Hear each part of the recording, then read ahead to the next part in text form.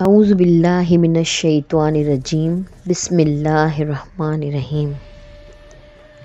مسند احمد کی ایک روایت میں ہے کہ امیر المومنین حضرت عمر فاروق رضی اللہ تعالیٰ عنہ مسجد سے نکلے تو دیکھا اناج پھیلا ہوا ہے۔ پوچھا یہ غلہ کہاں سے آ گیا؟ لوگوں نے کہا بکنے کے لیے آیا ہے۔ آپ نے دعا کی یا اللہ اس میں برکت دے۔ لوگوں نے کہا یہ غلہ گراں بھاؤں پر بیچنے کے لیے پہلے سے جمع کر لیا گیا تھا۔ پوچھا کس نے جمع کیا تھا؟ لوگوں نے کہا ایک تو فروخت نے جو حضرت عثمان رضی اللہ تعالیٰ عنہ کے مولی ہیں، اور دوسرے آپ کے آزاد کردہ غلام نے۔ آپ نے دونوں کو بلوایا اور فرمایا کہ تم نے ایسا کیوں کیا؟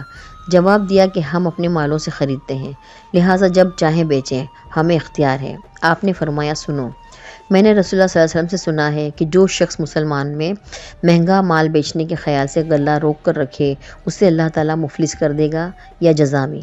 یہ سن کر حضرت فروخت تو فرمانے لگے کہ میری توبہ ہے اللہ تعالیٰ سے، پھر آپ سے عہد کرتا ہوں کہ پھر یہ کام نہیں کروں گا۔ لیکن حضرت عمر فاروق رضی اللہ تعالیٰ عنہ کے غلام نے پھر بھی کہا کہ ہم اپنے مال سے خریدتے ہیں اور نفع اٹھا کر بیچتے ہیں، اس میں کیا حرج ہے؟ راوی حدیث حضرت ابو یحییٰ رحمۃ اللہ علیہ فرماتے ہیں کہ میں نے پھر دیکھا کہ اسے جزام ہو گیا اور وہ جزامی بنا پھرتا تھا۔